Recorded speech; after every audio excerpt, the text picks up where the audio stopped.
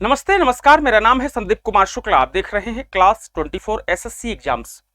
तस्वीर में जो शख्स आपको दिखाई दे रहे हैं ये हैं भगवान बिरसा मुंडा, आदिवासियों के मसीहा, आदिवासियों के भगवान। और आदिवासी ही नहीं, पूरे हिंदुस्तानियों के मसीहा हैं भगवान बिरसा मुंडा। एक ऐसा शख्स जो 25 साल की उम्र में इस दुनिया को छोड़ जाता है और ऐसे छोड़ जाता है कि पूरी दुनिया उसे याद करती है।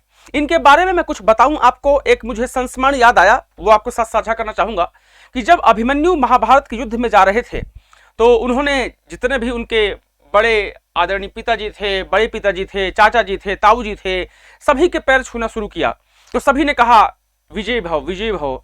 बट जब अभिमन्यु भगवान श्री कृष्ण के पास जाते हैं तो भगवान श्री कृष्ण कहते हैं यशस्वी भव। जब यशस्वी भव बोले, अभिमन्यु चले जाते हैं युद्ध में लड़ाई करने के लिए, तो जो अभिमन्यु की माँ है वो वहां पर खड़ी थी, वो कृष्ण के पास आई और बोली माधव एक चीज मुझे समझ नहीं आई। तो भगवान श्री कृष्ण, उनकी लीला तो अपरंपार है, उन्होंने बोला बताइए। हालांकि वो जानते थे कि आप पूछने वाली हैं। उन्होंने कहा सभी ने कहा विजयी भव, बट तुमने कहा यशस्वी भव, तुमने विजयी भव क्यों नहीं कहा? भगवान श्री कृष्ण ने कहा कि हे बहन, दुनिया में हजारों लोग युद्ध लड़ेंगे, हजारों लोग जीतेंगे, लाखों लोग युद्ध लड़ेंगे, लाखों लोग जीतेंगे, बट यश किसको मिलता है? युद्ध के मैदान में योद्धा इस बात से नहीं जाने जाते उन्होंने युद्ध को जीता या हारा। युद्ध के मैदान में योद्धा इस बात से जाने जाते हैं कि उन्होंने गोली छाती पर खाई या पीठ पर खाई। इस कारण से अभिमन्यु जीते या हारे, महत्वपूर्ण यह है अभिमन्यु ऐसे हों, यशस्वी हों, पूरी दुनिया में अनंत काल तक उनकी यश गाथाओं का वर्णन हो। और आज आपको पता है अभिमन्यु प्रसिद्ध है। वैसे ही भगवान बिरसा मुंडा 25 साल की उम्र, 25 साल की उम्र में इस दुनिया को छोड़ जाते हैं, लेकिन आज भी उनको मसीहा कहा जाता है, भगवान कहा जाता है। इनके बारे में जानना जरूरी है। आज 15 नवंबर है और आपको मालूम है 15 नवंबर को भगवान बिरसा मुंडा का जन्म हुआ था 1875 में। 15 नवंबर को जनजातीय गौरव दिवस के रूप में भी मनाया जाता है। भगवान बिरसा मुंडा का जो जन्म है वो बंगाल प्रेसिडेंसी के उलिहालू नाम की जगह पे हुआ था, जो वर्तमान में झारखंड में यूटी जिले में है। इंपॉर्टेंट याद रखिएगा। उसके बाद में इनके जो पिता है, इनके पिता का नाम सुगना मुंडा है, माता जी का नाम कदमी मुंडा है। इनके प्रारंभिक शिक्षा की बात करेंगे तो इनके एक शिक्षक थे जयपाल जी, उनके नेतृत्व में ही सलगा गांव में हुआ था इनका जो प्रारंभिक शिक्षा है। उसके बाद में इनके जो शिक्षक हैं जयपाल जी, उनके निर्देशन पर, उनके कहने पर, उनके गाइडलाइंस पर इन्होंने जर्मन मिशन स्कूल में एडमिशन लिया। जब जर्मन मिशन स्कूल में एडमिशन लिया तो इनके साथ एक बड़ी समस्या हुई। इनको धर्मांतरण करना पड़ा, अपना धर्म बदलना पड़ा और वहां पर इन्हें बिरसा डेविड के नाम से इनका नाम रखना पड़ा। जर्मन मिशन स्कूल में धर्मांतरण हुआ। बाद में यह वह समय था जब धीरे धीरे जो बिरसा मुंडा है धीरे धीरे समझदार हो रहे थे। स्कूल के बच्चे से धीरे धीरे जब वो बड़े हो रहे थे, वो देख पा रहे थे कि किस तरीके से अंग्रेजों के द्वारा लोगों का शोषण किया जा रहा है, किस तरीके से जमींदारों के द्वारा लोगों का शोषण किया जा रहा है। आदिवासियों की जो कल्चर है, जो उनकी शिक्षा संस्कृति है, सबको धीरे धीरे खत्म किया जा रहा है, पैरों के अंदर नीचे रौंदा जा रहा है। धीरे धीरे भगवान बिरसा मुंडा को इस चीज का ज्ञान हो रहा था। भगवान बिरसा मुंडा ने जर्मन मिशन स्कूल को छोड़ दिया।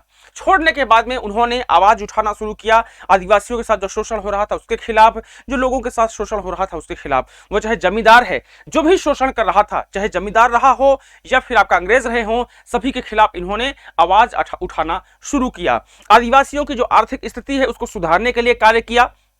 आदिवासियों की जो सामाजिक स्थिति है उसको सुधारने के लिए कार्य किया। आदिवासियों की जो शैक्षणिक स्थिति है उसको सुधारने के लिए कार्य किया।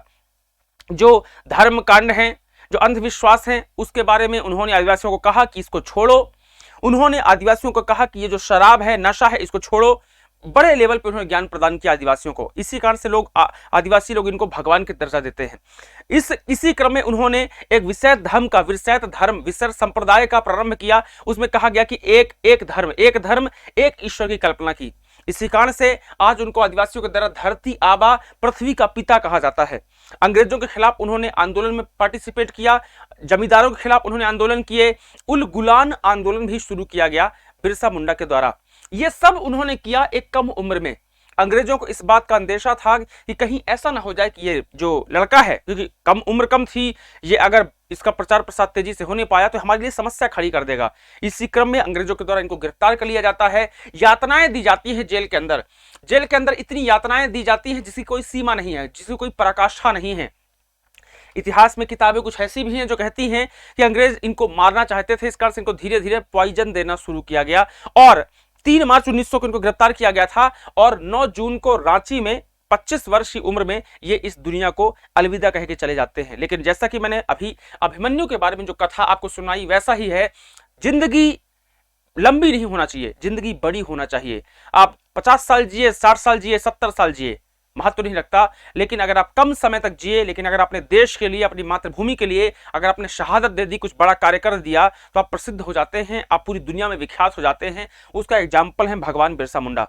भगत सिंह साहब भी बहुत कम उम्र में इस दुनिया को छोड़कर चले गए। चंद्रशेखर आजाद कम उम्र में दुनिया को छोड़कर चले गए। ऐसे ढेर सारे क्रांतिकारी मिलेंगे, राम प्रसाद बिस्मिल हो, अशफाक उल्लाह खां हो, सुभाष चंद्र बोस हो। बहुत ज्यादा जीवन इन्होंने नहीं जिया, बट एक कम उम्र में वो ऐसा कुछ करके चले गए कि आज भी वो हमारे लिए आदर्श हैं। ये कहानी है भगवान बिरसा मुंडा की। उम्मीद है आपको ये वीडियो पसंद आया होगा। वीडियो पसंद आए तो वीडियो को लाइक जरूर कीजिएगा, चैनल में नए हैं तो चैनल को सब्सक्राइब जरूर कीजिएगा। ऐसे ही वीडियोस के लिए आप क्लास 24 एसएससी एग्जाम चैनल को सब्सक्राइब कर सकते हैं। धन्यवाद।